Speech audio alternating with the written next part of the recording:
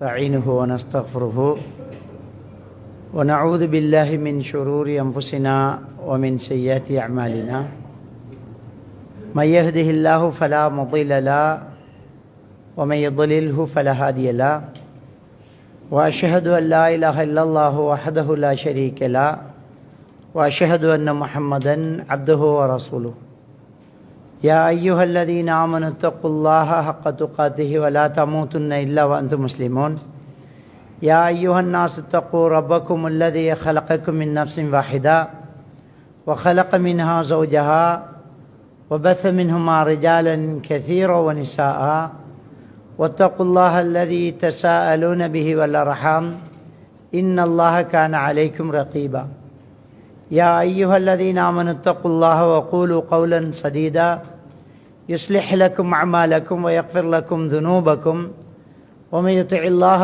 ورسوله فقد فاز فوزا عظيما أما بعد إن أصدق الحديث كتاب الله وإن خير الهدي هدي محمد صلى الله عليه وسلم وشر الأمور محدثاتها وكل محدثة بدعة وكل بدعة ضلالة وكل ضلالة في النار.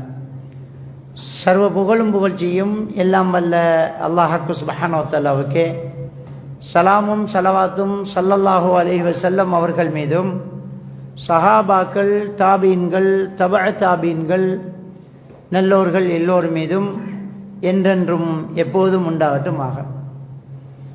அன்புக்குரிய அருமை சகோதரர்களே, இளைஞர்களும் இன்றைய நிலையும் என்கிற ஒரு தலைப்பில் என்னுடைய இந்த நிகழ்ச்சியில் உரை நிகழ்த்துவதற்காக நான் பணிக்கப்பட்டுள்ளேன். பொதுவாக இளைஞர்கள் இந்த சமுதாயத்தில் மிக முக்கியமான பங்குதாரர்கள், ஒரு சமுதாயத்தினுடைய முள்ளந்தண்டு என்று கூட இந்த இளைஞர் சமுதாயத்தை வரலாற்று ஆசிரியர்கள் வரணிச்சை சொல்வதை நாம் அவதானிக்கலாம். இளைஞர்களை பொறுத்தவரையில் இளைஞர்களை குயவன் கைப்பிடி மண் என்று ஒரு சில எழுத்தாளர்கள் எழுதுவார்கள். அதாவது பானை சட்டி செய்யக்கூடியவன் தான் குயவன். அவன் கையில் இருக்கிற மண்ணை அவன் என்ன நினைக்கிறானோ அப்படி உருவாக்கிடுவான். அவன் நினைச்சா சட்டி, அவன் நினைச்சா முட்டி, அவன் நினைச்சா வெறும் மண் புட்டி, அவன் தான் அதை என்ன செய்கிறான், உருவாக்குறான். அதனால் இந்த இளைஞர் சமுதாயம் எடுப்பார் கைப்பிள்ளையாக மாறுது. இந்த இளைஞர்களை பயன்படுத்துகிறாங்க. அரசியல்வாதி அவன் வேலையை பார்க்கறதுக்கு இந்த இளைஞர்களை தான் பயன்படுத்திட்டு இருக்கிறான். தீவிரவாதி அவன் வேலையை முடிக்கிறதுக்கு இந்த இளைஞர்களை தான் பயன்படுத்திக்கிட்டு இருக்கிறான். ஒரு சமுதாய தொண்டு செய்யக்கூடிய நல்லெண்ணம் கொண்டவர்களும் அவங்க வேலைக்கு இந்த இளைஞர்களை தான் பயன்படுத்திட்டு இருக்கிறாங்க. ஏன் இன்றைக்கு இந்த நிகழ்ச்சியை இன்றைக்கு ஏற்பாடு செஞ்சு பல வாரங்களாக முயற்சி செஞ்சு இதுக்கு பேச்சாளர்களை ரெடி பண்ணி இன்னைக்கு இந்த நிகழ்ச்சியை இங்கே ஏற்பாடு செய்கிறதுக்கு பல விளம்பரங்கள் இணையதளங்களில் போட்டு இந்த மைக்கை பிடிச்சி நான் இன்னைக்கு இப்போ பேசுகிறேன்னு நினச்சேன்னா இதுக்கு பின்னாடி இளைஞர்களுடைய பங்கு நிறையவே இருக்கும். அந்த இளைஞர்கள் இல்லாமல் பண்ண முடியாது. அவங்க தான் அதை சரியாக செஞ்சுக்கிட்டு போவாங்க. அப்போ இந்த இளைஞர்கள் என்பவர்கள் பயன்படுத்தப்படுறாங்க. சில வேளை அவங்கள நல்லா பயன்படுத்திக்கிட்டு போவாங்க. நபிகள் நாயகம் ஸல்லல்லாஹு அலைஹி வஸல்லம் அவர்கள் என்ன சொல்றாங்க அப்படின்னு சொன்னா, இந்த ஜமாத்தோடு தொழாம வீட்டில் தொழுகிறாங்க இல்லையா, அவங்க விஷயத்துல எனக்கு ஒரு எண்ணம் தோணுது. எனக்கு பகரமாக பள்ளிவாசல்ல தொழுகை நடத்துறதுக்கு ஒரு இமாமை ரெடி பண்ணிட்டு இளைஞர்களை ஒன்று சேர்த்து கொண்டு விறகுகளை சேர்த்துக்கிட்டு இந்த வீட்டில் தொழுகிறவங்களை போய் வீட்டோட சேர்த்து எரிக்கணும் போல என் மனசு நினைக்குது அப்படின்னு ஸல்லல்லாஹு அலைஹி வஸல்லம் சொல்றாங்க. இப்போ ஒரு சமுதாய சீர்திருத்தத்தை கொண்டு வர்றதுக்கும் ஒரு சமுதாய மறுமலர்ச்சியை கொண்டு வர்றதுக்கும் நபிகள் நாயகம் ஸல்லல்லாஹு அலைஹி வஸல்லம் அவர்கள் பக்கபலமாக கொண்டு போகிறதுக்கு தயாரிக்கிறதுக்கு எடுத்துக்கிட்ட அந்த படை இளைஞர் படையை தான் சொல்கிறாங்க. மூத்த சஹாபாக்கள் எல்லாம் ஒன்று திரட்டிக்கிட்டு கல்வியில் மூத்தவர்களெல்லாம் ஒன்று திரட்டிட்டு போய் பண்ணணும்னு சொல்லலை. அவர் என்ன சொல்றா, இளைஞர்களை ஒன்று சேர்த்து கொண்டு இதை தட்டி கேட்கணும் அப்படிங்கிறாங்க. அப்ப இந்த இளைஞர் சமுதாயம் ஒரு சமுதாயத்தில் மிக தேவையானவர்கள். இப்ப அதுல இளைஞர்கள் என்று சொன்னாலே நமக்குள்ள ஒரு வாத பிரதிவாதம் இருக்கு. யாரு இளைஞர்கள்? 18 வயசு வரைக்குமா, 20 வயசு வரைக்குமா, அப்படி என்று நமக்குள்ள ஒரு வாத பிரதிவாதங்கள். ஒரு சமுதாய ஆய்வாளர்கள் எல்லாம் வந்து கல்யாணம் முடிக்கும் வரைக்கும் இளைஞர்கள் அம்பாங்க. அப்படி பார்க்க போனால் ரோமானியாவில் 10 வயசுலேயே கல்யாணம் முடிச்சிடறான். கல்யாணம் முடிக்கும் வரைக்கும் அப்படின்னு சொல்ல முடியாது. 12 வயசுல தந்தை ஆகுறான் ரோமானியாவில். உலகத்திலேயே சின்ன வயசு திருமணம் அங்கதான் நடக்குது. பிரான்ஸுக்கு பக்கத்தில் இருக்கக்கூடிய ஒரு நாடு. அப்ப இளைஞர் சமுதாயம் என்பது 40 வயதுக்கு உட்பட்டது அப்படி என்று இஸ்லாமிய அறிஞர்கள் சொல்றாங்க, திருக்குர்ஆனுடைய ஒரு வசனத்தை வச்சு. அப்ப அந்த 40 வயசுக்கு உட்பட்டவர்கள் இளைஞர். கல்யாணம் பண்ணினா பண்ணாட்டி அந்த இளைஞர் சமுதாயம் என்கிறது 40 வயதுக்கு உட்பட்டவர்கள் அப்படிங்கிறத இஸ்லாமிய அறிஞர்கள் வந்து என்ன செய்யறாங்க, குறிப்பிடுறாங்க. இந்த இளைஞர்களுடைய பங்களிப்பு எதுக்கு தேவை, ஒரு சமுதாயத்தில் எதுல தேவை அப்படின்னு சொன்னா, ஒரு முன்மாதிரி மிக்கவர்களாக இந்த இளைஞர்கள் தான் இருப்பாங்க. அவங்க தான் அடுத்த ஜெனரேஷனுக்கு ஒரு முன்மாதிரி. அவங்கள பார்த்து தான் ஒரு சமுதாயம் என்ன செய்யுது, அடுத்த திட்டமிடலை வந்து தீர்மானிக்க போகுது. ஒரு சமுதாய சீர்திருத்தம், ஒரு ஊரினுடைய வளமைய, ஒரு குடும்பத்தினுடைய நிலைமைய இந்த இளைஞர்கள் தான் என்ன செய்ய போறாங்க, மாற்றி அமைக்க போறாங்க. அப்ப இந்த இளைஞர்கள் என்கிறது மார்க்கத்தில் ஒரு முக்கியமான ஒரு பகுதி. நபிகள் நாயகம் ஸல்லல்லாஹு அலைஹி வஸல்லம் அவங்க சொல்றாங்க, புகாரி ஷரீஃபிலே இடம்பெற்று இருக்கக்கூடிய ஒரு ஹதீஸ், சபஅத்துன் யுலில்லுஹுமுல்லாஹு ஃபி லில்லிஹி யௌம லா லில்ல இல்லா லில்லுஹு அப்படிங்கறாங்க. அல்லாஹ்வுடைய நிழலை தவிர வேற எந்த நிழலுமே இல்லாத அந்த மறுமை நாள்ல அல்லாஹ்வுக்கு சுப்ஹானஹு வ தஆலா என்ன செய்றான்னு சொன்னா, 7 சாராருக்கு நிழல் கொடுக்கிறான். அந்த 7 சாரார் யார்? அத நபிகள் நாயகம் ஸல்லல்லாஹு அலைஹி வஸல்லம் அவங்க சொல்லும்போது முதல்ல சொல்றாங்க, இமாமுன் ஆதில், நீதமான ஒரு தலைவன் அப்படிங்கிறாங்க. நீதி செலுத்தக்கூடிய ஒரு தலைவன். ஏன் அதுக்கு அவ்வளவு சிறப்புன்னு சொன்னா, அவன் தான் தலைவர்னா அவனை தட்டி கேட்க யாருக்கும் அங்க அருகதை கிடையாது. ஒரு நாட்டு ஜனாதிபதி, ஒரு நாட்டுக்கு மன்னனா இருக்கிறவன், அவன் என்ன செஞ்சாலும் யாரும் என்ன கேட்க முடியும்? அவன் நினைச்சா மரண தண்டனை கொடுப்பான், ரத்து செய்யன்றுவான். ஒரு மரண தண்டனை கைதி ஒரு ஜனாதிபதி நினைச்சா விடுதலை செஞ்சிடலாம். யாரு கேட்கறது? அவன் இருக்கிறான முடிவு. நீதம் செலுத்தக்கூடிய தலைவன் என்ன தெரியுமா? அவன் எதுக்கு பயந்து நீதம் செலுத்தணும்? யாருக்கு பயந்து அவன் நீதம் செலுத்துறான்? யாருக்குமே கிடையாது. அவனே நீதம் செலுத்துறான்டா அல்லாஹ்வுக்கு பயப்படுறான். அவன் எவனுக்கும் பயப்பட தேவையில்லாத ஒருத்தன் சரியா நடக்கிறான்டா அல்லாஹ்வுக்கு தான் பயப்படுறான். அவனுக்கு அந்த முதல் இடத்தை கொடுக்குறாங்க. அடுத்தது ஷாபு நஷஃபி இபாதத்தில்லாங்கிறாங்க, அல்லாஹ்வுடைய வணக்கத்தில் வளர்ந்த வாலிபன் அப்படிங்கிறாங்க. அல்லாஹ்வுடைய வணக்கத்தில் வளர்ந்த வாலிபன் அப்படி என்றால், இந்த நம்ம மனித வளர்ச்சி கட்டத்தில் ஒவ்வொரு கட்டத்திலையும் அடுத்தவன் பேச்சு கேட்காம, எவனுக்கும் கட்டுப்படாம, நான் நினைச்சதை செய்வேன் அப்படி என்று போகக்கூடிய ஒரு பருவம் வாலிப பருவம் தான். சின்ன வயசுல வாப்பா அம்மாவை பயந்து வேலை நடந்துகிட்டு இருக்கும். வயசு போனதுக்கு அப்புறம் அவர் தூக்கம் பெறாது, தஹஜ்ஜுதுக்கு எழுப்பி தான் ஆகணும். அவருக்கு வேலை கொடுத்துறான், மறுமையில அவங்களுக்கு நிழல் கொடுக்குறான். அப்ப அந்த கட்டுளமை பருவம் அவ்வளவு பெரிய ஒரு முக்கியமான ஒரு பருவமாக இருக்குது.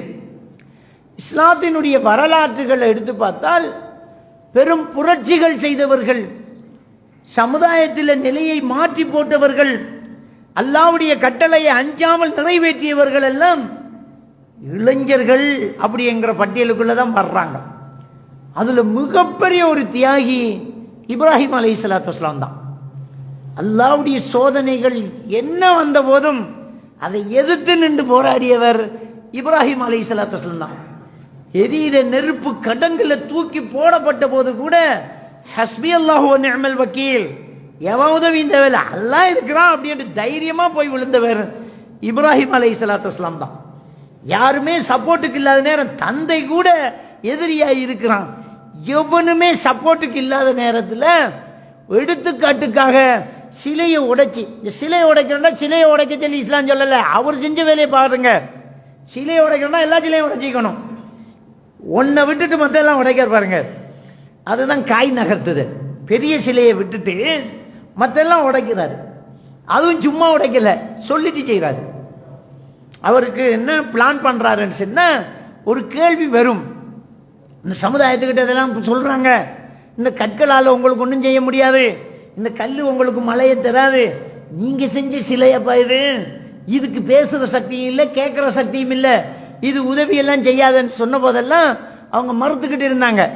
அப்ப மறுத்துக்கிட்டு இருந்த அந்த சமுதாயத்தை அப்படியே கண்கள் பிதுங்க வைக்கணும், ஒரு கேள்வி கேட்கணும், இவங்களுக்கு இதை புரியப்படுத்தணும் அப்படிங்கிறதுக்காக பிளான் பண்றாங்க. ஒரு இளைஞன் வழங்கிட்டா, அது அல்லாஹ் தஆலா ஃபதன், ஒரு இளைஞன் இதை செய்வதாக வாக்களித்திருந்தான். யுகாலு லஹு இப்ராஹிம், அவன் பேர் கூட இப்ராஹிம் என்று திருக்குர்ஆன் சொல்லுது. அவர் என்ன பிளான் பண்றார்? அந்த இளைஞன் எப்படி இந்த சமுதாயத்தை புரியப்படுத்தலாம், அவர் ஒரு பிளான் பண்றார்.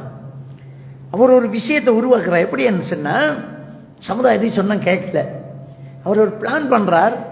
ஊரெல்லாம் ஒன்று கூடி என்னை கூப்பிட்டு ஒரு கேள்வி கேட்கணும், இந்த கேள்வியை தான் கேட்கணும், அதுக்கு நான் இந்த பதில் சொல்லணும் பிளான் பண்றார். இதுதான் லீடர்ஷிப்ங்கிறது. ஒரு லீடர் வேலை என்ன தெரியுமா? ஒரு தலைவர், ஒரு லீடர் என்றால் என்ன தெரியுமா? மக்கள் என்ன கேட்கணுங்கிறத அவர் தான் தீர்மானிப்பார்.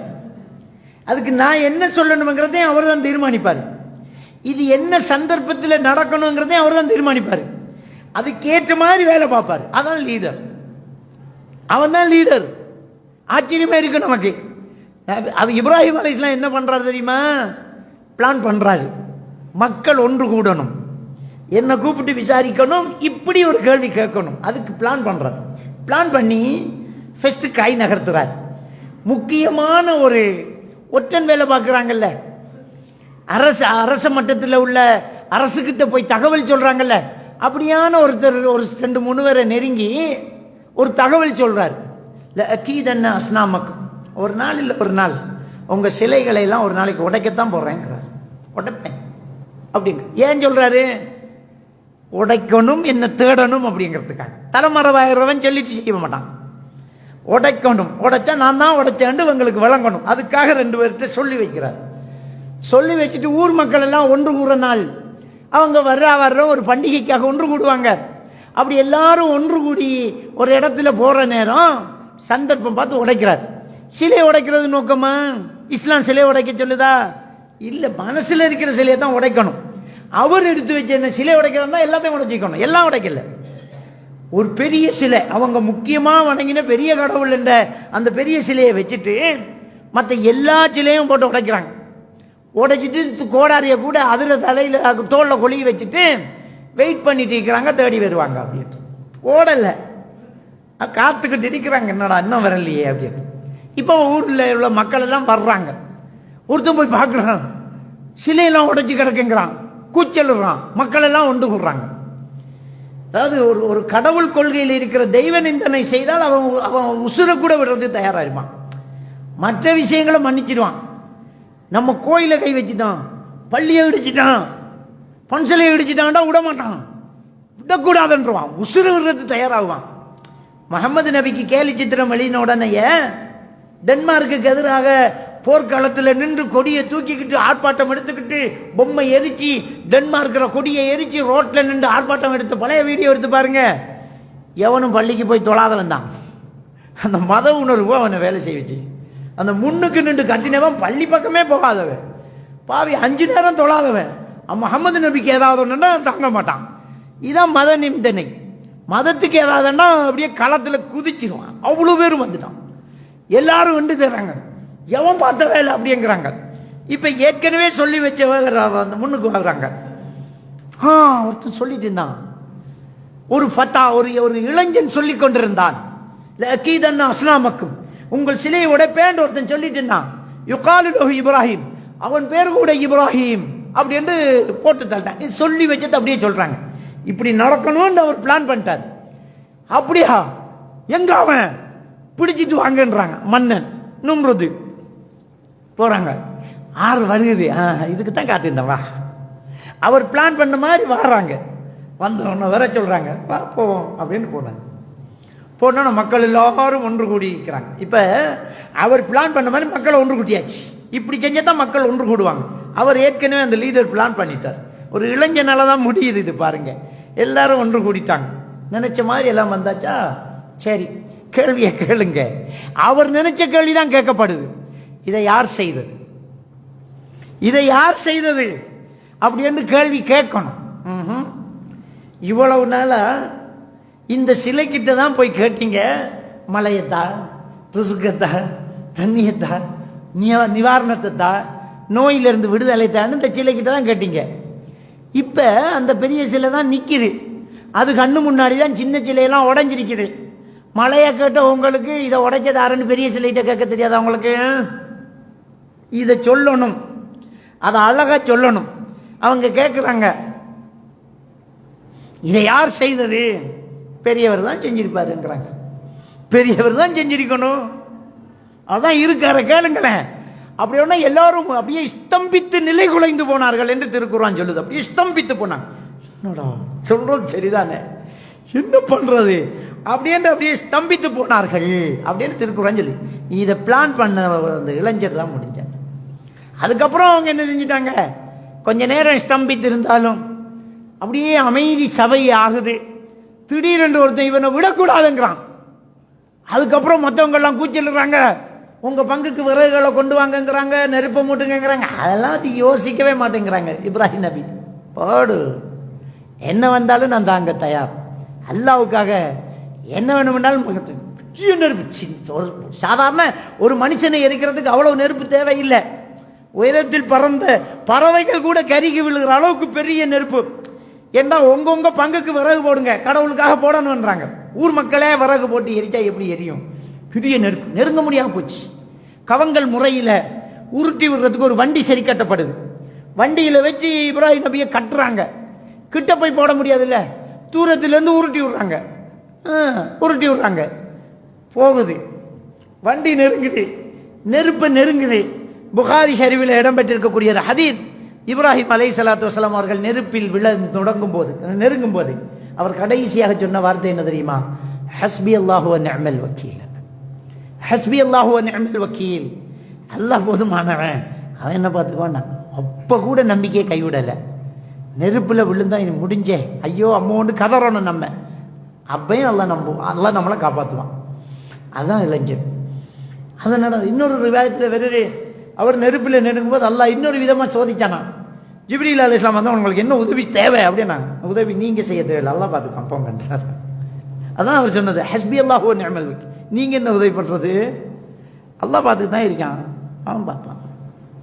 அப்ப மலக்கு கிட்ட கூட நான் உதவி கேட்க மாட்டேன், அல்லாஹ் தான் என்ன பாடச்சவன், அல்லாஹ் தான் பார்த்துக்கிட்டு இருக்கானே, அவனுக்கு தெரியுமே, அவன் போதுமானவன் என்றார் அப்படிங்கிறான். அப்ப இப்படி அப்படியே யோசிக்க கூடியது. இப்ராஹிம் நபியை நம்ருது சபைக்கு கூப்பிடுறான். என்ன நீ வேற கடவுள் இருக்கேன்னு சொல்றியாமே, நான் தானே கடவுள், ஒத்துக்க மாட்டேங்க, நீ கடவுள் கிடையாது. நீ சொல்ற கடவுள் யாரு? என்னுடைய இறைவன் யுஹ்யி வ யுமீத், உயிர் கொடுப்பவன் உயிரை எடுப்பவன், அவன் தான் நான் நம்புற கடவுள். என்ன அப்ப நும்ருது சொன்னா, 2 பேரை கைதிகளை கொண்டாண்டான். 2 பேர் கைதியை கொண்டாந்தாங்க. 2 பேருக்கு மரண தண்டனை தான். 2 பேருக்கு மரண தண்டனை, ஒருத்தனை விடுதலை செஞ்சுட்டேன்டான். 2 பேருக்கு மரண தண்டனை கொடுத்துட்டு கொஞ்ச நேரத்திலேயே அவனை விடுதலை செய்யி, இவனை கொல்லுண்டாங்க. ஒருத்தன் விட்டா ஒருத்தன் கொண்டான். நும்ருது என்ன பத்தையா, அவனுக்கு உயிர் கொடுத்திருக்கிறேன், இவனுக்கு உயிர் எடுத்திருக்கிறேன், இப்ப நான் தானே கடவுள்னா. அரச சபையிலிருந்து எல்லாரும் சிரிச்சிட்டாங்க. அப்ப இப்ராஹிம் நபி விடுவாரா இளைஞ? அப்படியா, என்னுடைய இறைவன் சூரியனை கிழக்கில் உதிக்க வைத்து மேற்கில் மறைய வைப்பான். நீங்க மேற்குல உதிக்க வச்சு கிழக்குல மறைய வைங்கன்னா, நீங்க மேற்குல உதிக்க வச்சு கிழக்குல மறைய வைங்களேன் பார்க்கலாம் அப்படின்னு சொன்னோடனே அந்த இடத்துலயும் ஸ்தம்பித்து போனார்கள் என்று திருக்குர்ஆன் சொல்லுது. இந்த ஹுபித்தல்லதீன கஃபரு, அவர் அப்படியே அப்படியே திமித்து போயிட்டாங்க, அப்படியே ஸ்தம்பித்து போனார்கள் அப்படிங்கிற வசனத்தை அல்லாஹ் தஆலா திருக்குர்ஆன் இந்த 2 சந்தர்ப்பத்திலையும் பயன்படுத்துறான். வழங்கிட்டா பெரிய கடவுள் தானே செஞ்சிருக்கணும் என்று சொல்லும் போதும் சூரியனை மேற்குல ஒதுக்க வைங்களாம் பார்க்கலான்னு சொல்லும்போது அப்படியே ஸ்தம்பித்து போனார்கள்ங்கிறத சொல்றேன். அப்படிப்பட்ட வரலாற்று நடுகிலும் இந்த இளைஞர்கள், மூசா அலைஹிஸ்ஸலாத்து வஸ்ஸலாம் அவர்கள் அநியாயத்தை தட்டி கேட்டாங்க. அவருடைய இளமை பருவம், திருமணத்துக்கு முன்னதான் அவர் என்ன செய்தார்? அநியாயத்தை தட்டி பனு இஸ்ரவேலர்களுக்காக போராடினார். அப்படி இளைஞர் சமுதாயம் என்கிற அந்த பட்டியலையே எடுத்துட்டு போகலாம். அப்ப இந்த இளைஞர்கள் சமுதாயத்தினுடைய முள்ளந்தண்டுகள், முதுகெலும்புகள் அவங்களுக்கு ரொம்ப தேவை. இப்ப பார்ப்போம், ஒரு சமுதாயத்தை வீழ்ச்சி அடைய வைக்க வேண்டும் என்றால் எல்லாத்தையும் தந்திரமா தானே யோசிக்கிறாங்க, எல்லாம் பிளான் பண்ணித்தானே செய்யறாங்க. நம்ம எல்லாம் யோசிக்கிற மாதிரி இல்லைங்க. வரலாற்றிலேயே, உலக வரலாற்றிலேயே யூதர்கள் ரொம்ப டிசைன் பண்ணக்கூடிய ஆக்கள், பிளான் பண்ற ஆக்கள் யூதர்கள். யூதர்கள் கொஞ்சம் பேர் தான் தந்திரம் வேலை செய்யக்கூடியவர்கள். அதனால அவர்கள் சபிக்கப்படுறாங்க. யூதர்கள் சபிக்கப்படுறதுக்கு காரணமே அதனால தான். அவன் பாட்டுக்கு இருந்துட்டு தந்திரமா எல்லா வேலையும் பண்ணிக்கிட்டு இருப்பான். இப்ப அவங்களுடைய ஏற்பாடுகளை, அவங்களுடைய மத குருமார்களை அவங்க எடுத்துக்கிட்ட தகவல் என்னென்றால், எஸ்ரப்ங்கிறது மதீனா, மதீனாவில் அடுத்த நபி வரப்போறார் அப்படிங்கிறத பார்த்துக்கிட்டாங்க. இவங்களோட எதிர்பார்ப்பு என்ன? நம்முட வம்சத்துல தானே நபி வரணும், எஸ்ரபில் நபி வரணும். நாம என்ன செய்யணும்? எஸ்ரபில் போய் குடியாட்டம் நடத்தணும். அப்ப அதுக்குள்ளதான் நம்ம இனத்துக்குள்ள குழந்தை பிறக்க போகுதுண்டு அவங்க இதை பார்த்த உடனே மத குருமார்கள் அடுத்த இறுதி தூதர் எஸ்ரபில் தான் பெறுவாங்கன்னு சொன்ன உடனேயே மதீனாவில் போய் குடியாட்டத்தை, மக்காவுக்கு ஒருத்தரம் போகல, மதீனாவுக்கு தான் போனாங்க. அல்லாஹ் அவங்க தந்திரத்துக்கு மேல தந்திரத்தை வச்சுக்கிட்டான். அவங்க ஏற்பாட்டில் மதீனாவில் வருவாங்கன்னு இருக்குது. ஆனா மக்காவில் பிறந்து மதீனாவுக்கு வருவாங்கிறத அவங்களுக்கு மறக்க வச்சுட்டான் அல்லாஹ். முகமது நபி மக்காவில் பிறந்து நபி பட்டம் பெற்றுக்கிட்டு ஹிஜ்ரத்தை எடுத்துக்கிட்டு அங்க போறாங்க. அப்பதான் பிள்ளைங்க, நாம தப்பு பண்ணிட்டோமே, இப்ப தந்திரம் பண்றான், பிளான் பண்றான். அப்ப இருந்தே நபிகள் நாயகம் ஸல்லல்லாஹு அலைஹி வஸல்லம் அவர்களுக்கு எதிராக சூழ்ச்சிகள் செய்ய தொடங்கினாங்க. பெருமானா ஸல்லல்லாஹு அலைஹி வஸல்லம் அவர்கள் ஹிஜ்ரத்து வந்த உடனே கிட்டத்தட்ட 6 குடும்பங்களை அந்த மதீனாவில் இருந்து நாடு கடத்துறாங்க. இருக்க முடியாது, ஏன்னா உள்ளுக்கு இருந்துகிட்டு ஒட்டம் வேலை பார்த்தவங்க. அப்ப இப்படிப்பட்ட வேலையை செய்யும் போதும் பெருமானா ஸல்லல்லாஹு அலைஹி வஸல்லம் அவர்கள் கடுமையாக எச்சரித்தது, யூதர்கள் விஷயத்துல ரொம்ப கவனமா இருங்க, யூதர்களுக்கு மாறு செய்யுங்க, யூதர்கள் கிறிஸ்தவர்களுக்கு மாறு செய்யுங்க, யூதர்கள் விஷயத்துல ரொம்ப எச்சரிக்கை. எந்த அளவுக்கு என்றால் யூதர்கள் சொல்லிக்குவாங்கன்னு அந்த முகமது ஒன்னையும் விட மாட்டார் போல இருக்குது. நம்ம என்ன சொன்னாலும் அதுக்கு எதிராக பேசுறாங்களே. யூதர்கள் செருப்பு போட்டுக்கு தொழ மாட்டாங்க, நீங்க செருப்பு போட்டுக்கிட்டுன்னு தொழுங்கன்றான். யூதர்கள் செருப்பு போட்டுக்கு தொழ மாட்டாங்க, நீங்க செருப்பு போட்டுக்கிட்டுன்னு தொழுங்க அப்படிங்கிறாங்க. யூதர்கள் நரைச்ச தாடிக்கு கலர் போட மாட்டாங்க, நீங்க கலர் போடுங்க அப்படிங்கிறாங்க. அப்ப இப்படி அணு அணுவா அவங்களுக்கு மாறு செய்ய சொல்றாங்க. இந்த அரவா நோம்பு, ஆஷுரா தாசுவா நோம்பு கூட என்ன சொல்றாங்க? ஆஷுரா நோம்பு தான் மூசா நபியை அல்லாஹ் காப்பாத்தினதுக்காக முஹர்ரம் 10 நம்ம பிடிச்ச நோம்பு. ரசூலுல்லாஹ் என்ன சொன்னாங்க? யூதர்களும் அதை பிடிச்சிக்கிறாங்க. அடுத்த வருஷம் நான் உயிரோடு இருந்தா 9ஐயும் சேர்த்து பிடிப்பேங்கிறாங்க. அதுக்கு மாறு. அதனால நம்ம ஆஷுரா தாசு வாங்குறோம், 9ஐயும் பிடிச்சி 10ஐயும் பிடிக்கணும். ஆப்கானிஸ்தான்ல குண்டு போற நேரம் CNN-க்கு அவங்க கொடுத்த செய்தி என்ன தெரியுமா? சிலுவை யுத்தம் நடந்துகிட்டு இருக்கணும். சிலுவை யுத்தமா? அப்ப ஹைபர் யுத்தத்துக்கு பதிலடி என்றான். ஹைபர் யுத்தம் எப்ப நடந்துச்சு? கோபுரம் எப்ப தாக்கப்பட்டுச்சு? 2002 இருக்கணும். அப்ப கோபுரம் தாக்கப்படுறது இப்ப, ஹைபர் யுத்தம் அப்ப. ஹைபருக்கு பதிலடிங்கிறான். எப்படி பழச நினைப்பு வச்சுக்கிட்டு பதிலடி கொடுக்கிறான், மறக்க மாட்டேங்கிறான். அப்படிப்பட்டவர்கள் தான் இந்த யூதர்கள். இந்த யூதர்கள் நம்ம சிந்திச்சு பார்க்கணும். இந்த பலஸ்தீனை கைப்பற்றி, பைத்துல் மக்தஸை கைப்பற்றி 1967 கைப்பற்றிட்டு, ஹாதா யௌமன் லியௌமி ஹைபர், ஹைபருக்கு பதிலடி கொடுத்த நாள் இன்றைய நாள் என்று பேனர் போட்டாங்க. அப்ப எவ்வளவு அவங்க வேலை பார்த்துக்கிட்டு இருக்கிறாங்க. இப்படி பிளான் பண்ணக்கூடியவங்க யூதர்கள். அப்ப இந்த யூதர்களுடைய பிளான் என்ன? சமுதாயத்தினுடைய முக்கிய முதுகெலும்பு இளைஞர்கள். ஒரு சமுதாயத்தை வீழ்த்தணுமாக இருந்தா, ஜெர்மனியினுடைய ஒரு பத்திரிகையில் ஜெர்மன் அதிபதி, அப்ப இருந்த ஜனாதிபதி என்ன செய்யறான்? ஒரு அறிக்கை விடுறான். என்ன அறிக்கை விடுறான்னு சொன்னால், இன்னும் 50 ஆண்டுகளில் ஜெர்மன் ஒரு இஸ்லாமிய நாடாக வாய்ப்புண்டுங்கிறான். என்ன அவன் கொடுத்த புள்ளி விவரம் தெரியுமா? வருஷத்துக்கு 500 பேர் இஸ்லாத்துக்கு கன்வெர்ட் ஆகுறாங்க. வருஷத்துக்கு 500 பேர் இஸ்லாத்துக்கு மாறிக்கிட்டு இருக்கிறாங்க. இன்னும் 50 வருஷத்துல இஸ்லாமிய நாடாகுங்கிறான். சொல்றாங்க, யூஷக்குல் உமம் அன் ததா அலைக்கும் கமா ததா அல் அக்கலத்து இலா கஸதிஹா. உங்களுக்கு எதிராக பல சமூகங்கள் ஒன்று சேரும் ஒரு காலம் மிக சீக்கிரம் வரும். ஒரு இனம் கிடையாது. அப்ப இருந்த சஹாபாக்கள், யா ரசூலல்லாஹ், அப்ப நாங்க கொஞ்சம் பேராயிருப்போம், அப்படி எங்களை அழிச்சிட்டுலாமா அப்படின்ற ஒரு கேள்வி கேட்கிறாங்க. நாங்க கொஞ்சம் பேராயிருப்போம், அவ்வளவு சிம்பிளா முடிச்சிடலாமாங்கிறாங்க. கேட்கும்போது முஸ்லிம்களுடைய எண்ணிக்கை 1.5 லட்சம் தான். நபிகள் நாயகம் ஸல்லல்லாஹு அலைஹி வஸல்லம் அவர்கள் இதை சொல்லும் போது ஒட்டுமொத்த முஸ்லிம்கள் பூமியில் எவ்வளவு இருக்கிறாங்க? 1.5 லட்சம் 2 லட்சத்துக்குள்ளதான். வழங்கிட்டா? அப்ப அவங்களே நினைச்சுக்கிட்டாங்க நாம தான் மெஜாரிட்டி என்று. அவங்க ஈமான்ல அப்படி இருந்துச்சு. உண்மையில அவங்க மெஜாரிட்டியா தான் இருந்தாங்க. ஒரு குறிப்பிட்ட சின்ன சமுதாயம் இருந்தாலும் வல்லரசு நாடுகள் பயந்துச்சு. உமருடைய ஆட்சி என்றால் அப்படியே நடுங்கிச்சு. அவன் சொந்த நாட்டிலே ஒரு அநியாயம் பண்ணும்போது உமர் படையெடுத்துருவாரான்ற பயம் இருந்துச்சு. ஒரு பெண்ணுடைய அவலக்குரலுக்காகத்தான் ஒரு நாட்டை கைப்பற்றினார் உமர் ரலியல்லாஹு அன்ஹு. ஒரு பெண்ணு சத்தம் போட்டு கூச்சலிட்டாங்க, அவங்க உரிமை மீறப்பட்டுச்சு, நாடு பிடிக்கப்பட்டுச்சு. உமர் தான் படையை கொண்டு வந்தாங்க. என்ன நீ பிரஜைகள்கிட்ட என்ன பண்ற நீ என்றாங்க. அப்படிப்பட்ட ஒரு பலம் இருந்துச்சு அவங்கள்ட்ட. அவங்க என்ன சொல்றாங்கன்னு சொன்னா, யா ரசூலல்லாஹ், கொஞ்சம் பேரா இருப்போம் நாங்க அப்படின்னு கேட்டாங்க. ஸல்லல்லாஹு அலைஹி வஸல்லம் அவர்கள் சொன்னார்கள், பெல் அன்தும் அக்ஸர், நீங்க தான் அந்த டைம்ல அதிகமான ஆட்களா இருப்பீங்க, மெஜாரிட்டி நீங்க தான் கூட. என்றாலும் வெள்ளத்தில் அடிபட்டு போற நுரையா இருப்பீங்க. பேரு தான் முஸ்லீம், முகமது, அபூபக்கர், அப்துல் காதர் எல்லாம் முஸ்லீம் தான். ஒன்றும் கிடையாது, வயசுக்கு மதிப்பு இருக்காது, ஆக்கள் தான் கூட, வயசுல மதிப்பு இல்லை. வயசுண்டா என்ன?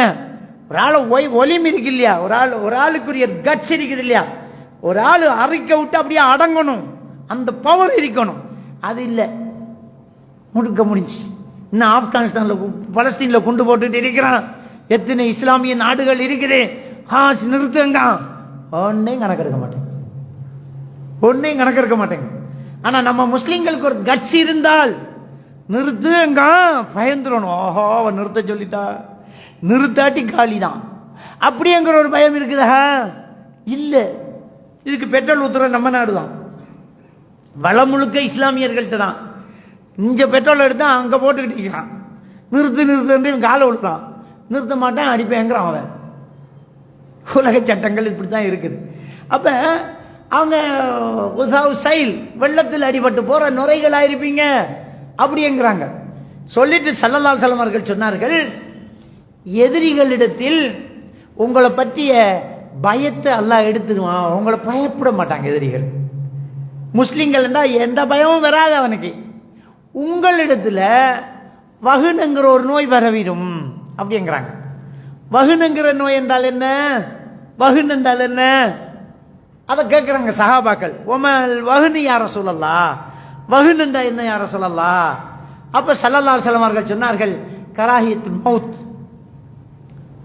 மவுத்தாக விருப்பம் இல்லை. மவுத்துக்கு பயமண்டா, மவுத்துக்கு பயமண்டா அந்த அல்லாட பயம் இல்லை, மவுத்தாக விருப்பம் இல்லை.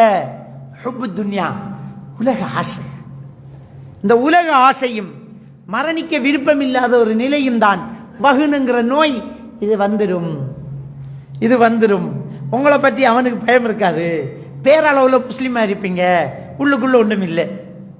அவ்வளோ பெரிய டிகிரி முடிக்கிறோம், பிஹெச்டி முடிக்கிறோம், பெரிய பெரிய படிப்பு படிக்கிறோம், ஏஐ டெக்னாலஜி படிக்கிறோம்.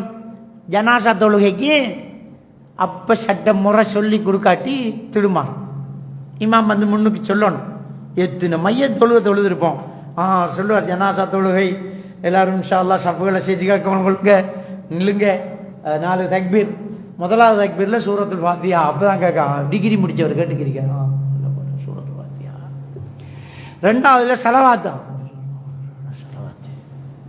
மூணாவதுல மையத்துக்கு துவா.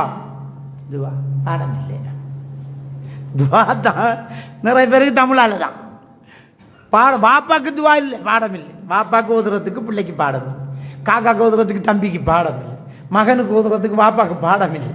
பாடம் இல்லை, என்னமோ அல்லாஹ் மக்ஃபிர்லஹு மட்டும் நினைப்பு வச்சுக்கிறது.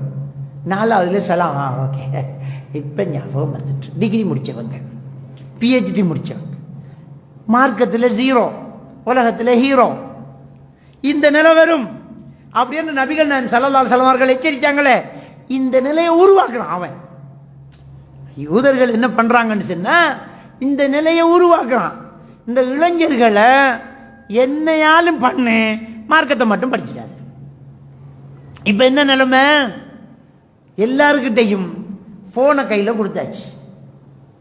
குர்ஆனை கீழே வை, குர்ஆனை கீழே வை என்ற வெப்பமா நாம செருப்பால் அடிப்போம். போ குர்ஆனை கீழே வை என்று சொல்ல மாட்டேனா. போனை கையில தந்தா நீ ஏன் குர்ஆனை கீழே வைப்ப? குர்ஆன் எடுத்து எத்தனை நாள்? திக்ர் செஞ்சு எத்தனை நாள்? ஒரு ஹதீஸ் வாய்ச்சி எத்தனை நாள்? கூட்டுதுவா இல்லை தான், சலாம் கொடுத்து போட்டு ஒலிம்பிக்கு போறோமே தவிர தேவையானதை கேட்குற மாதிரி இல்லை. அஸ்ஸலாமு அலைக்கும் எங்க கூட போனை பிடிச்சாச்சு, அஸ்ஸலாமு அலைக்கும் எங்க கூட ஒன் பண்ணியாச்சு. ஜும்மாவில் இருக்கோம், ஒருத்தன் லைக் போட்டுட்டு இருக்கோம். நாம மிம்பர்ல இருக்கோம், கீழே இருக்கான் அவன். அதுக்குள்ள அந்த அதுக்கு கொமாண்ட் எழுதுறான், போல் பயான், அதுக்குள்ள கொமாண்ட் எழுதுறான். போன் நேரும் பாத்ரூமுக்குள்ளேயுமே ஹலோ சத்தம் போன். இப்ப என்ன செய்யுது? மார்க்கத்தை படிக்காத. இதுல நிறைய அட்வான்ஸ் டெக்னாலஜிகள் இருக்குது. இதை பற்றி அதை பற்றி எப்படி ஒரு போட்டோவை எடுத்து கைக்கு மாத்துறது, ஒரு வீடியோ எடுத்து எப்படி எடிட் பண்றது, எப்படி ஒரு டிசைனை நீ உருவாக்குறது, பூக்களால் ஒரு ஆளை எப்படி உருவாக்குறது, மிருகத்தால் எப்படி ஒரு முகத்தை கொண்டு வர்றது, இந்த டெக்னாலஜி எல்லாம் கொண்டு வந்து வேற வேற எடிட்டிங் எல்லாம் கொண்டு வந்து இப்போ ரொம்ப கடும் பிசி. எல்லாரும் கடும் பிசி, எல்லாரும் நல்ல படிப்பு, எல்லாரும் நல்ல டெக்னாலஜி. ஆனா மார்க்கம் 0, பிசி. இப்ப என்ன அவனுடைய பிளான் என்ன? இந்த இளைஞர் சமுதாயம் இஸ்லாத்தில் ஊறினா இந்த இஸ்லாம் வளரும். இளைஞர்களை பிடிச்சு வைக்கணும். வயசானவர்கள்கிட்ட போனை கொடுக்கணும், உங்கள்கிட்ட போன் வழங்கிட்டா. கொரோனா எல்லாம் உருவாக்கப்பட்டதுதான், கொரோனா எல்லாம் உருவாக்கப்பட்டது. உண்மையிலே ஆபத்தானது கொரோனா. இலங்கையினுடைய சுகாதார அமைச்சு கொடுத்த அறிக்கைப்படி, நான் பப்ளிக்கா தான் பேசுறேன், இலங்கையின் சுகாதார அமைச்சினுடைய அறிக்கையின் படி புகைத்தலால் ஒரு நாளைக்கு 75 பேர் சாவுறாங்க. எனக்கு இன்னும் பேப்பர் கட்டிங் இருக்குது. ஒரு நாளைக்கு 75 பேர் சாதாரணமா சாவுறாங்க. இப்ப 15 வருஷத்துக்கு முந்தின கதையை சொல்றதான். இப்ப அதை விட கூட. இப்ப மத்த போதையோட சேர்த்தா ஒரு நாளைக்கு 200 பேர் காலி. போதையிலையும் புகைத்தலாலை, வீடு சிகரெட்டால மட்டும் சொல்றேன். ஒரு நாளைக்கு எத்தனை? ஒரு 100 பேர். அப்பய கணக்கு 15 வருஷத்துக்கு முன்ன 75. எனக்கு இன்னும் பேப்பர் கட்டிங் இருக்கு. அப்ப இப்ப சரி 75 வச்சுக்கோ. ஒரு நாளைக்கு 75 சிகரெட்டால போகுது. ஒரு நாளைக்கு 75 கொரோனாவில் போயிச்சா? இல்ல இல்ல, ஒட்டு மொத்தமா கொரோனாவில் போனதே கொஞ்சம் தானே. கொரோனா மையத்தை நாம கணக்கெடுத்ததே ஆராய்ச்சி வச்சேன் தானே. அதுல அம்பட்டும் கொரோனா இல்லையே, PCR பாசிட்டிவே தவிர கொரோனா இல்லை.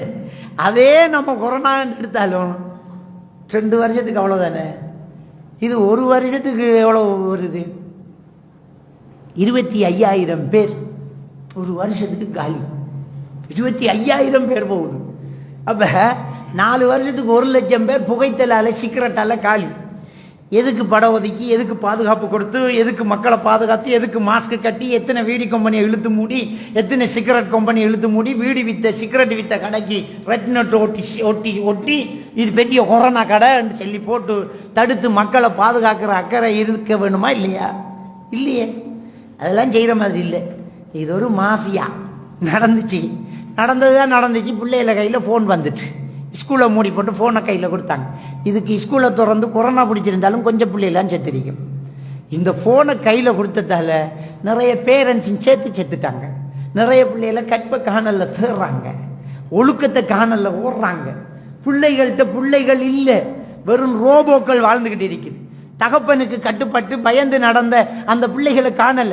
பாப்பாக்கு மரியாதை கொடுத்த பிள்ளைகள் எல்லாம் போன தர போறையா இல்லையான்னு கேட்கான் பாப்பா கிட்ட. கொரோனா வந்துச்சு, ஆன்லைன் கிளாஸ் வந்துச்சு, லாக்டவுன் வந்துச்சு, பிள்ளைகள் படிக்கணும்னு ஆசைப்பட்டோம், போன கொடுத்தோம். படிச்சு கூட அந்த பிள்ளைகளுக்கு ஏறல.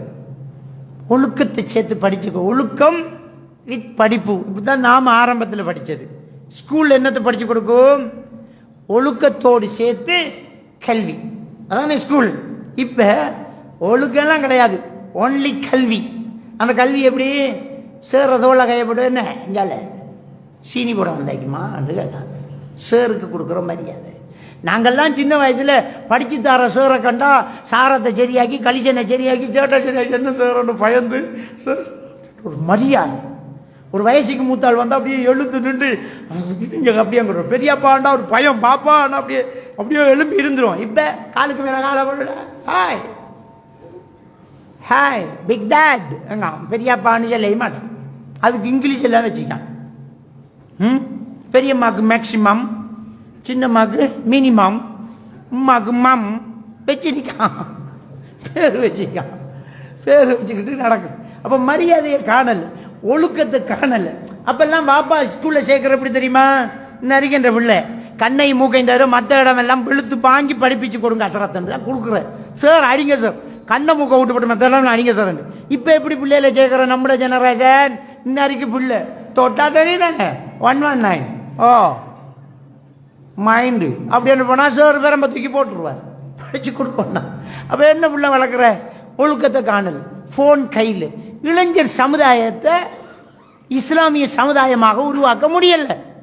பிள்ளைகள்கிட்ட மார்க்கம் இல்லை, டைமத்தை பத்தி தெரியல, ஜம்மு கசரை பத்தி தெரியல, உது செய்த சட்டங்கள் தெரியல, பிரயாண தொழுகையை பற்றி தெரியல, மார்க்கம் இல்லை.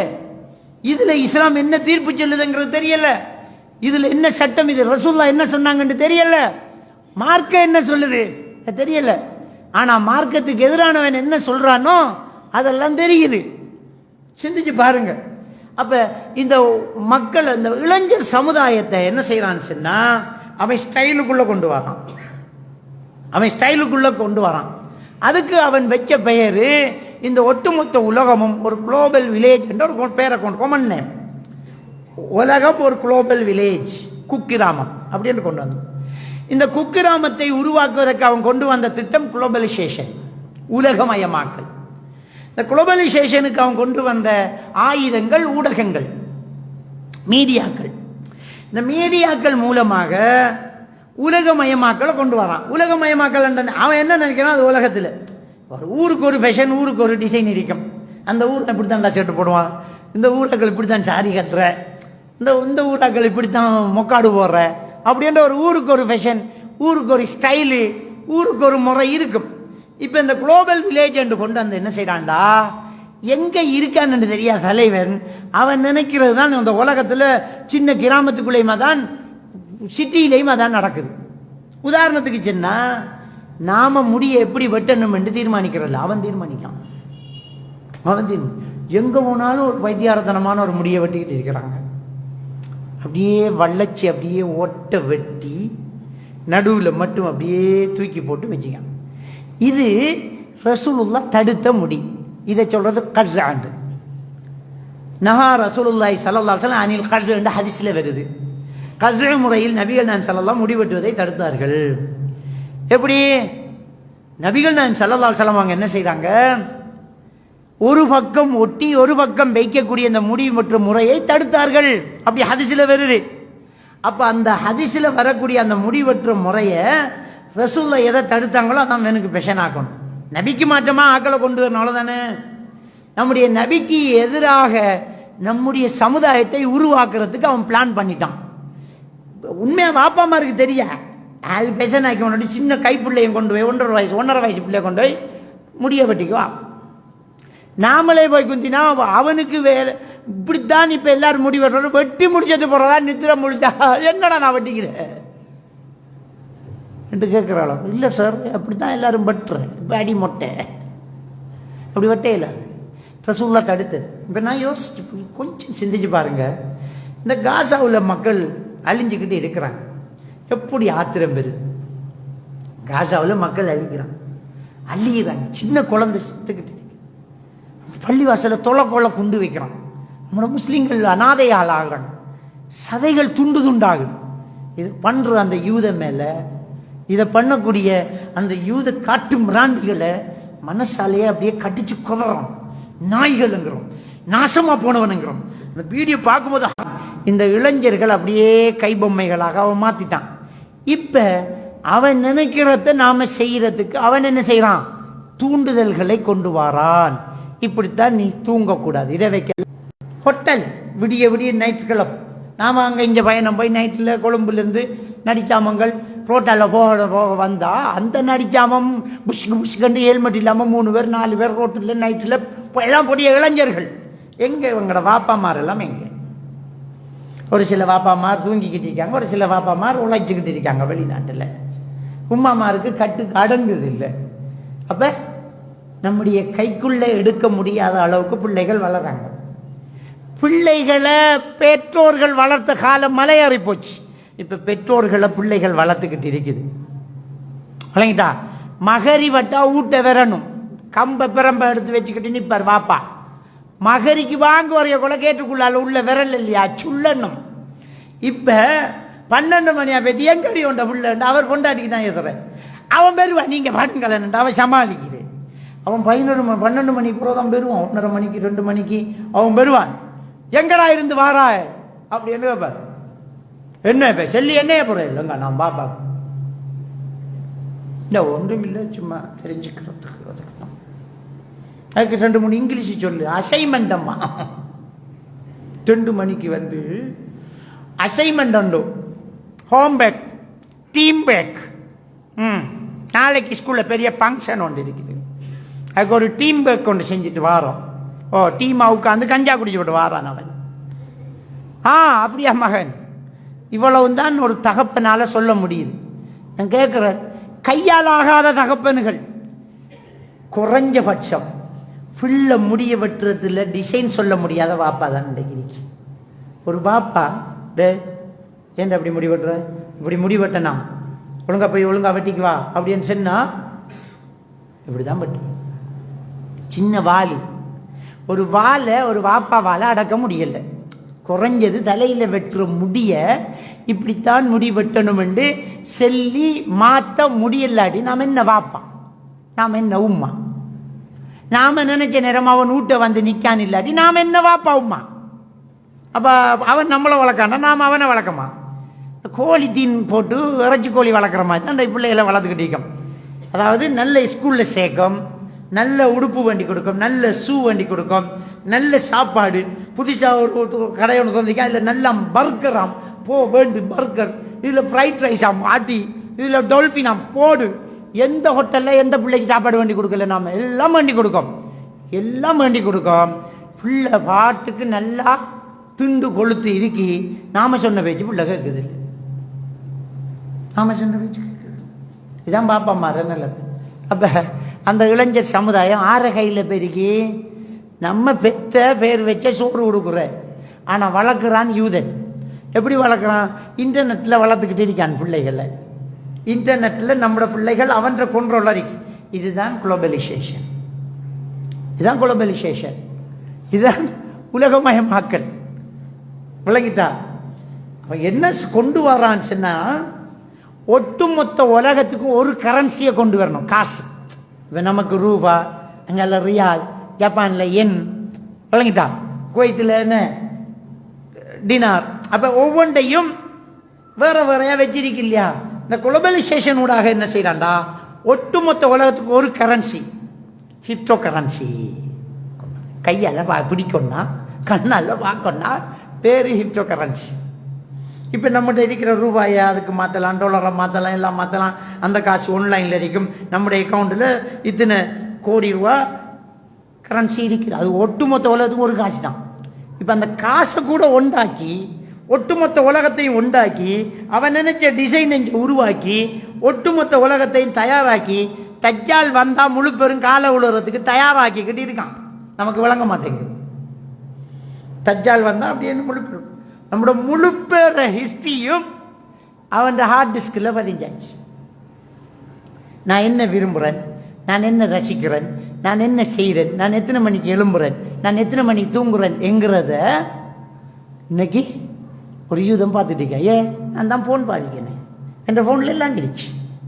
நான் எழும்புற டைம், நான் எப்போ ஃபோனை ஆன் பண்ணுறேன், நான் எப்போ ஃபோனை ஓவர் பண்ணுறேன், நான் ஃபோனில் என்னத்தை விரும்பி பார்க்கேன், என் ஃபோனில் எதை நான் அப்டேட் பண்ணுறேன், நான் ஃபோன் மூலமாக என்னென்ன செய்கிறேன், யாருக்கிட்ட பேசுகிறேன், என் லாங்குவேஜ் என்ன, என் ஸ்டைல் என்ன, என் விருப்பம் என்ன, என் வெறுப்பு என்ன, என் நண்பர் யார், என் எதிரி யார், எல்லார ஃபோன் ஹிஸ்ட்ரியும் முடிச்சு.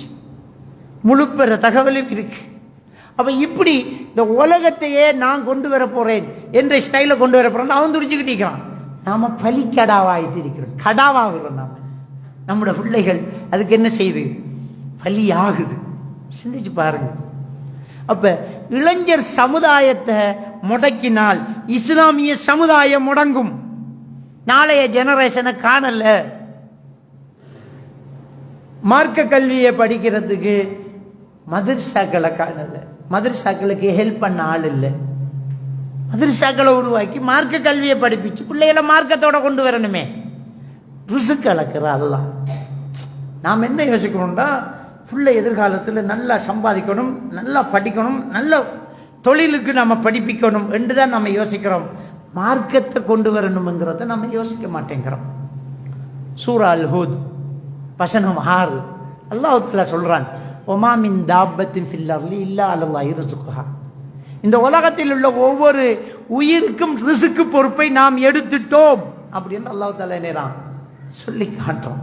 ரிஸ்க் பொறுப்பை நான் எடுத்துட்டேனுங்கிறோம். அப்ப ரிஸ்க் அல்லாஹ் எடுத்துட்டான்னு சொன்னா அவன் என்ன பிரச்சனை இல்லையே. அதே மாதிரி அல்லாஹ் தஆலா சூரத்துல் அன்ஆம் 56வது வசனத்தில் சொல்லி காட்டுறான், ஒமா தஸ்குத்து மின் பரக்கத்தின் இல்லா யஅலமுஹா. ஒரு மரத்தில் இருக்கிற இலை கூட அல்லாஹ்வுடைய நாட்டத்தில் இல்லாம கீழே விழாதுங்கிறான். அப்ப கலாகதரை நம்பணும். அல்லாஹ் ரிஸ்க் பொறுப்பை எடுத்துட்டான் அப்படிங்கிறான். நம்முடைய கண்ணுக்கு சிலது பிழையா தெரியும், ஆனா அது நலவுக்காக இருக்கும். நம்முடைய கண்ணுக்கு சிலது நல்லதா தெரியும், ஆனா அது நமக்கு பிழையாக இருக்கும். சூரத்துல் பக்ரா 216வது வசனத்துல அல்லாஹ் தஆலா சொல்றான், வ அஸா அன் தக்ரஹு ஷையன் வ ஹுவ கைருல் லக்கும். நீங்க சில விஷயத்தை வெறுப்பீங்க, அதுவோ நல்லதா இருக்கலாம். வ அஸா அன் துஹிப்பு ஷையன் வ ஹுவ ஷர்ருல் லக்கும். நீங்க சில விஷயத்தை விரும்புவீங்க, அது கெட்டதாக இருக்கும். வல்லாஹு யஅலமு வ அன்தும் லா தஅலமுன்.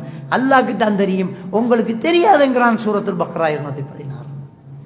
அப்ப இந்த நம்பிக்கை நம்மகிட்ட இருந்தா பிள்ளைகளை மார்க்க கல்விக்கு ஒரு முக்கியத்துவத்தை கொடுத்து மார்க்கத்தின் பக்கம் நம்முடைய பிள்ளைகளை வளர்க்கணும். நம்முடைய மார்க்க கல்விகள் உயரணும். மதரசாக்கள் நம்முடைய உதவிகளால் வளரணும். அதுக்கு பண்ணணும். நம்முடைய பொருளாதார உதவிகளை மதரசாக்களுக்கு கொடுத்து மதரசா தரமா நடக்கணும், குவாலிட்டியா இருக்கணும். மதரசா இப்போ பங்குரோத்துல போகுது. மதரசா சாப்பாடு கொடுக்கையுமோன்னா, ஆசிரியர்களுக்கு சம்பளம் கொடுக்கையுமோன்னா, மௌலைமாருக்கு வச்சுக்கிட்டு இருக்கையுமோன்னா, என்ன செய்யற மைசாவு நடத்துறோம் ஓடித்துறாங்க ஒரு சிலர். அங்க போய் பார்த்தோன்னா மைசா பார்த்தோன்னு சரி இதுல எங்க பிள்ளைய சேர்க்கிறேன். நீ நல்லா இருந்தா தானே அந்த மைசா நல்லா குவாலிட்டியா வைக்கலாமா இல்லையா? நம்ம எல்லாரும் பங்களிப்பு செஞ்சு அந்த மைசா அழகா இருக்கும். அதுக்கு பிள்ளைகளுக்கு போட்ட வகுப்பாரம் அவ்வளோ ஏசி போடலாம். நம்ம எல்லாரும் பங்களிப்பு செஞ்சா மதரசா ஏசி இருக்கும். சாப்பாடு நல்ல குவாலிட்டியா கொடுக்கலாம், நல்ல ஆசிரியர்களை போடலாம், நல்ல திறமை படிப்பிக்கலாம். இங்கிலீஷா அங்க படிப்பிக்க, மார்க்கத்தோட இங்கிலீஷ படி, நல்ல டேலண்டா வரும். இஸ்லாத்தையும் படிப்பிச்சு, ஹதீஸையும் படிப்பிச்சு, ஃபிக்ஹையும் படிப்பிச்சு, ஒழுக்கத்தை படிப்பிச்சு, தஹஜ்ஜத்தை தொழுது பிள்ளைகள் குர்ஆனை ஹிஃப்ல் பண்ணி அதோட கம்ப்யூட்டர் நாலேஜ் இருக்குது, டெக்னாலஜி இருக்குது. படிப்பிக்கலாமா இல்லையா? நம்ம கையில் இருக்கு. நம்ம தான் தனவந்தர்கள். முஸ்லிம்கள்ட்ட இருக்குது, நம்ம நிறைய செய்கிறோம். எத்தனை ஹாஸ்பிட்டலுக்கு கோடிக்கணக்கா ஃபண்ட் பண்றான் நம்முடைய முஸ்லிம் ஹாஜி. கோடிக்கணக்கா ஃபண்ட் பண்றான். 400 கோடி 500 கோடி என்று கொடுத்து ஒரு பெரிய பெரிய பெரிய ஹார்ட் ஆபரேஷன் பண்ற தியேட்டரை திறந்து விடுங்க. யாரு ஃபண்ட் பண்ண? நம்முடைய ஆள் தான், நம்முடைய முஸ்லீம் தான். எத்தனை நம்முடைய முஸ்லீம்கள் ஆம்புலன்ஸ் வண்டி கொடுக்கும், ரோட்டு போறோம், பெரிய பெரிய பில்டிங்களை கொடுக்கிறோம். இதுகளை ஒரு மதரசாக்கு கொடுத்து பண்ண ஒரு மதரசா நடத்துறதுக்கு ஏன் இல்லாம நாம் அதை செய்ய தயாரில்லை. ஷைத்தான் அதெல்லாம் நமக்கு காட்ட மாட்டாங்க. அப்படியே ஃபைலை தூக்கிட்டு மதரசா வாப்பாண்டுட்டு போனோடனே முதலாளியே சொல்கிறான் முதலாளி இல்லைன்ட்டு. நிலைமை அப்படிதான் இருக்குது. இந்த தலையெழுத்தை மாற்றணும். நம்முடைய இளைஞர் சமுதாயம் நல்லா வரணும் என்றால், இப்போ பேரண்ட்ஸ் ஆசை என்ன? பிள்ளைகள் படிக்கணுமே, ஓத விட்டா படிக்கணும். அது ஓதையும் விட்டு படிக்கையும் முறதுக்கு ஒரு இடத்த உருவாக்குவோம். இப்போ படிச்சுக்கிட்டு ஓதுறது, நல்லா படிச்சுக்கிட்டு ஓதலாம்.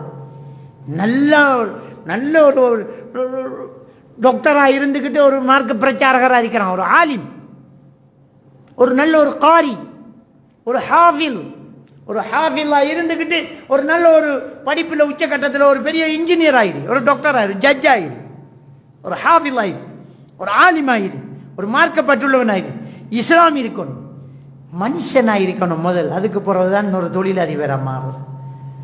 மனுஷனாக இருந்து டாக்டர் ஆகணும். அப்பா கிட்னியை களவெடுக்க மாட்டான். மனுஷனாக இல்லாமல் டாக்டர் ஆனால் கிட்னியை காணலன்னு தேட வேண்டியதான். அப்போ முதல்ல மனுஷனை மாற்றணும். மனுஷனை மாற்றண்டா இஸ்லாமியனை மாற்றணும். இஸ்லாமியனை மாற்றண்டா இறையச்சம் இருக்கணும். இறையச்சத்தை கொடுக்கறது இஸ்லாமிய பாடசாலைகள் தான். அதை காணல. அப்போ நம்முடைய பிள்ளைகள் எங்கே வளருது, சூழல் எப்படி இருக்குது, தெருக்கள் எப்படி இருக்குது, எந்த தெருவில் பிள்ளைகளை நடக்க விடுற, விதம் விதமான போதை வஸ்துக்கள் எல்லாம் உள்ளுக்குள்ளே என்ட்ரன் ஆகுது, உள்ளுக்குள்ளே வருது.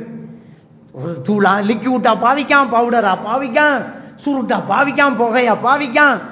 என்ன நடக்குது? சாக்லேட் இல்லை, ஐஸ்கிரீம் இல்லை, தூள்ல, மருந்து இல்லை, அதுல இதுல ஒவ்வொருத்தரும் ஒவ்வொரு விதமான போதைகளை எல்லாம் பாவிச்சுட்டு இருக்கிறாங்க. பெண்களும் போதைகள் பாவிக்கிறாள். அதுக்கு எடிட் ஆகுறான். அப்ப இதுக்கு எடிட் ஆனா அவன் அதை பாவிச்சு ஆகணும். பாவிச்சு ஆகுறா என்ன செய்யணும்? காசு தேவை. காசு எங்க போகுது? குடும்பத்துக்கு களவு போகுது. இன்னைக்கு திருட்டு கொள்ளைகள் களவு போகுது, திருட்டு போகுது. யாரு செய்தா? தூளுக்கு எடிட் ஆன அவனுக்கு பாவிச்சு ஆகணும். எடுக்கிறான், எடுத்துட்டு வரான். ஒரு வாப்பா மகனை கூட்டிக்கு வரான். போலீஸால அனுப்பியிருக்காங்க, இவர்கிட்ட போங்க முதல். பிள்ளைய கொண்டாந்து வச்சுக்கிட்டு சொல்றான், சார் என்னமோ பாவிக்கான சார்.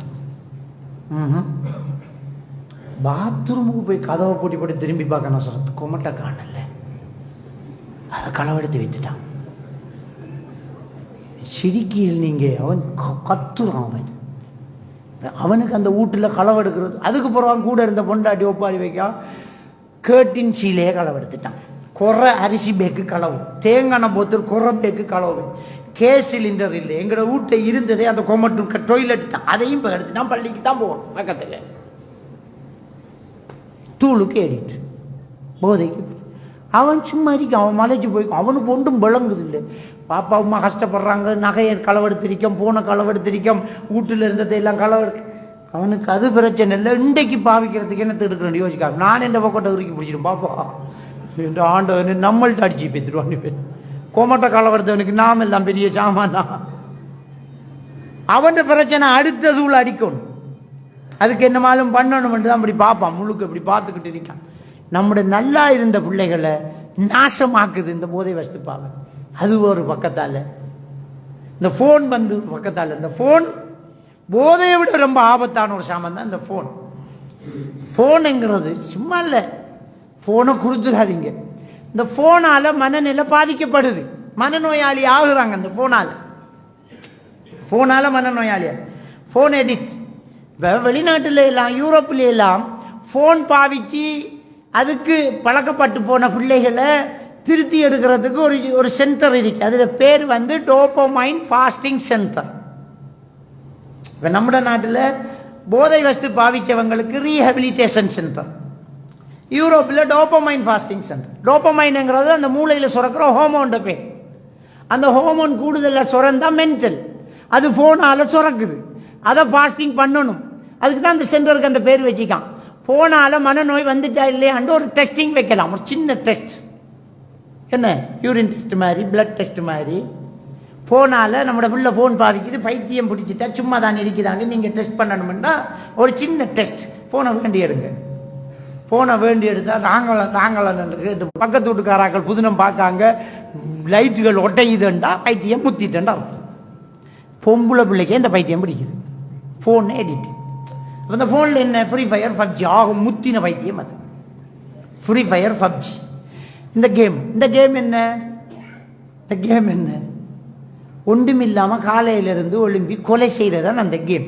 நல்ல எண்ணமா இது? ஒருத்தனை கொல்றான், இந்த பப்ஜி விளையாடுறான், ஃப்ரீ ஃபயர் விளையாடுறான், என்ன செய்யறான்? கொலை செய்யறான். என்னடா செஞ்சவன்? உங்க அம்மா கேசினானா, உங்க வாப்பாக்கு அடிச்சானா, இல்லாட்டி உன்னோட சொத்தை சுருட்டினா, என்னத்துக்கு நீ அவனை சொல்ற? ஒன்றுக்கும் இல்லை, சும்மா சொல்ற. அப்ப சும்மாவே அடுத்தவன கொல்லு கொல்லு கொல்லு என்ற ஒரு தோற்ற உருவாக்கினா நாம் ஒரு சிறந்த மனிதனா, ஒரு நல்ல முஸ்லீம் அறிக்கலாமா? நல்ல முஸ்லீமா இல்லை. மனசுல கரடு முரட உருவாக்குற. ரெண்டாவது அதுல இருக்கிற உருவப்படம், உருவத்தை கீறி நம்மளை தொடர சொல்றான். அப்ப பாவத்துக்கு துணை நிக்க சொல்றான். நம்மளுக்கு பாவத்துக்கு என்ன செய்யறான்? அடுத்தது ஒரு கற்பனை உலகத்துக்குள்ள நம்மளை கொண்டே வைக்குது. இந்த போன்ல எடிட் ஆன ஆட்களுக்கு வெளியில இரவு பகல் எல்லாம் தெரியாது. விடிஞ்சிட்டு இரவாயிட்டு நடிச்சாமம் ஆயிட்டு மகரி சொல்லிட்டு பசிக்குது, இரவு சாப்பாடு பகல் சாப்பாடு ஒன்றும் தெரியா. இன்னைக்கு என்ன கிழமை? வெள்ளிக்கிழமையா? ஜும்மாவா? எப்பாண்டு தெரியா?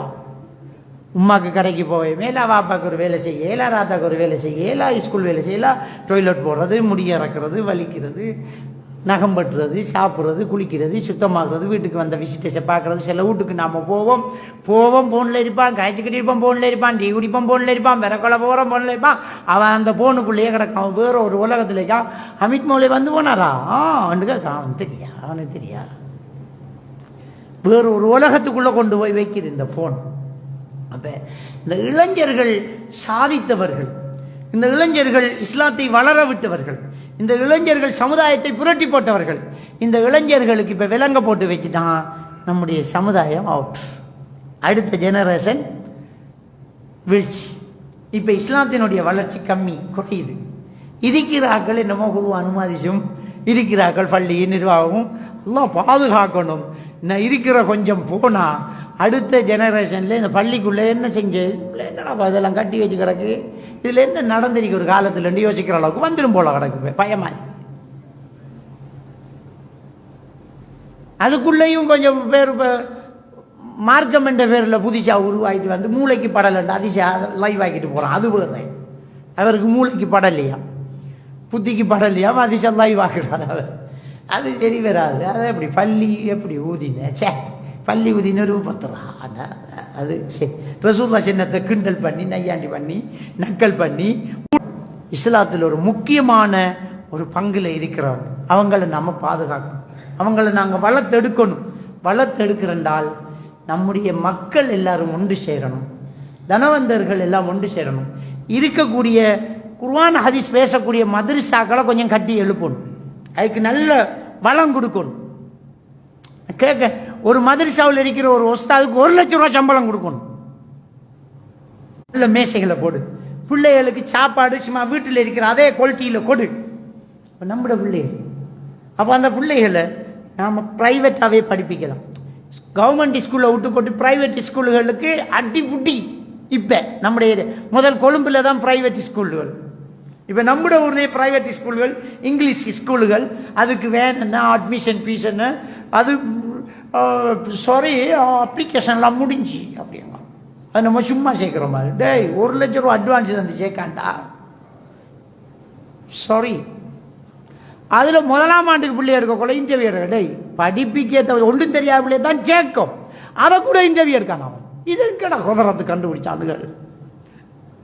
ஒன்றும் தெரியாத பிள்ளைல தான் 1ஆம் ஆண்டு சேர்க்கிறேன், அதை இன்டர்வியூ எடுக்கான். என்ன உங்களோட பிள்ளைக்கு இங்கிலீஷ் எழுத வருது இல்லையா, அதுக்கு தான் சேர்க்க மாட்டேங்க.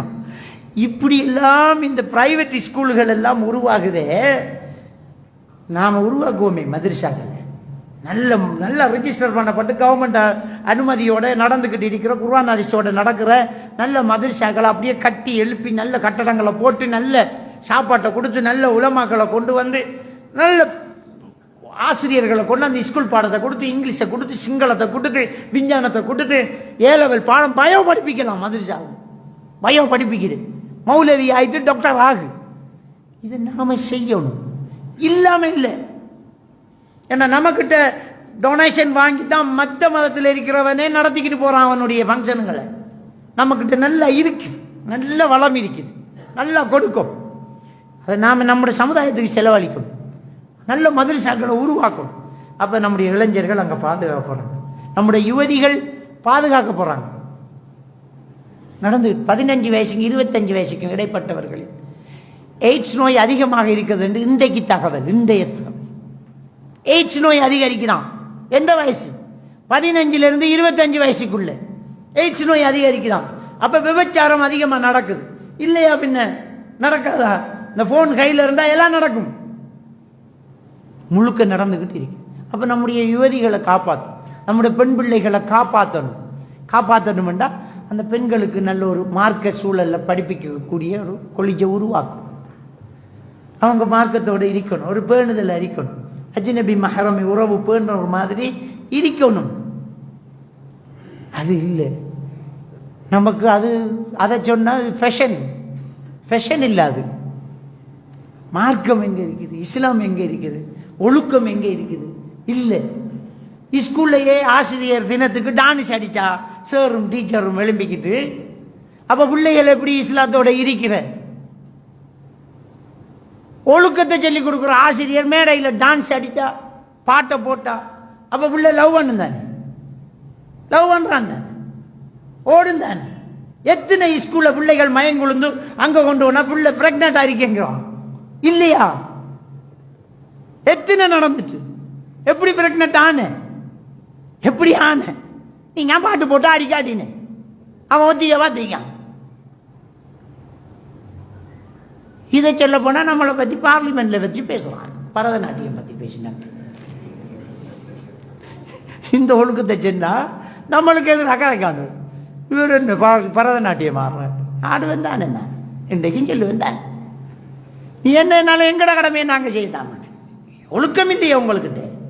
ஒரு ஆசிரியர் ஒரு கட்சி இருக்கணும், ஒழுக்கம் தான் நீ படிச்சு கொடுக்கணும். நீ மேடையில் பொம்பளை மாதிரி டான்ஸ் அடிச்சா நீ என்ன ஆசிரியர்? நீ 9, நீ 9, உனக்கிட்ட ஒழுக்கம் பெறாது. சாரி, மன்னிச்சுக்கோங்க, எல்லா ஆசிரியர்களும் இல்லை, ஒரு சில நாசமா போன ஆசிரியர்களால பிள்ளைகள்கிட்ட ஒழுக்கத்தை கொடுக்க முடியல, ஒழுக்கத்தை கொடுக்க முடியல.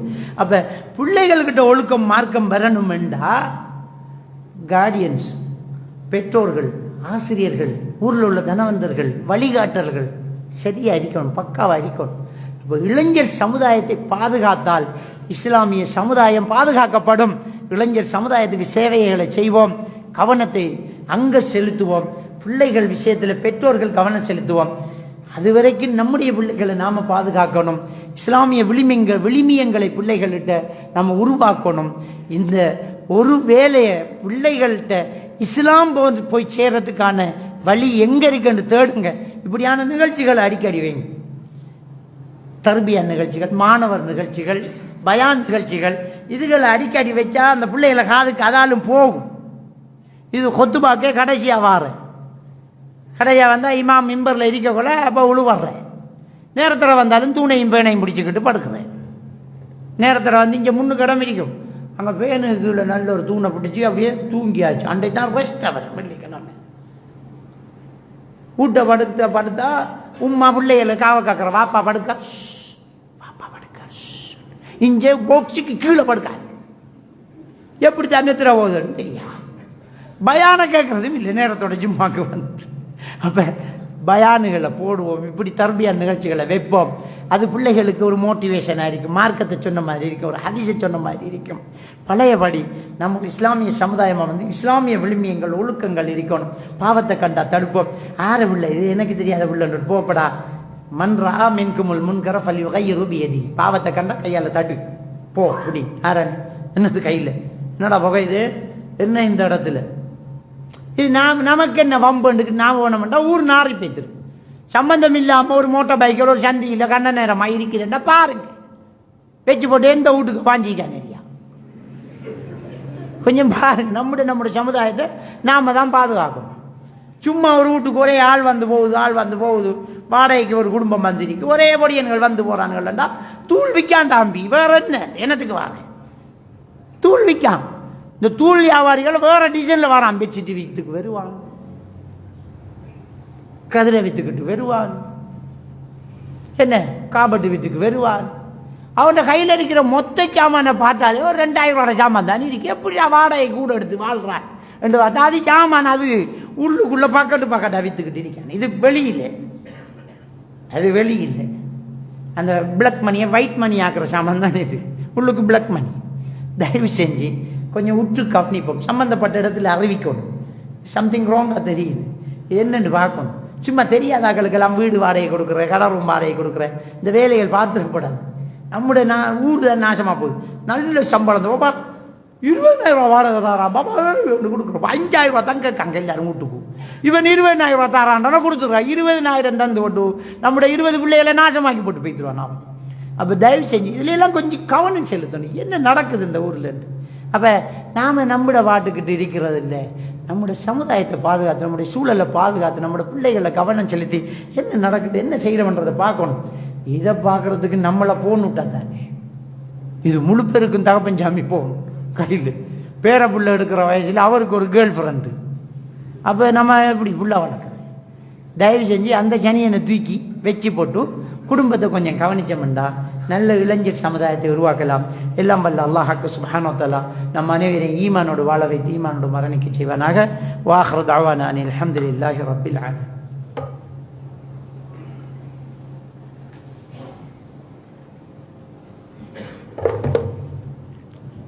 அஸ்ஸலாமு அலைக்கும் வரஹ்மத்துல்லாஹி வபரகாத்துஹு.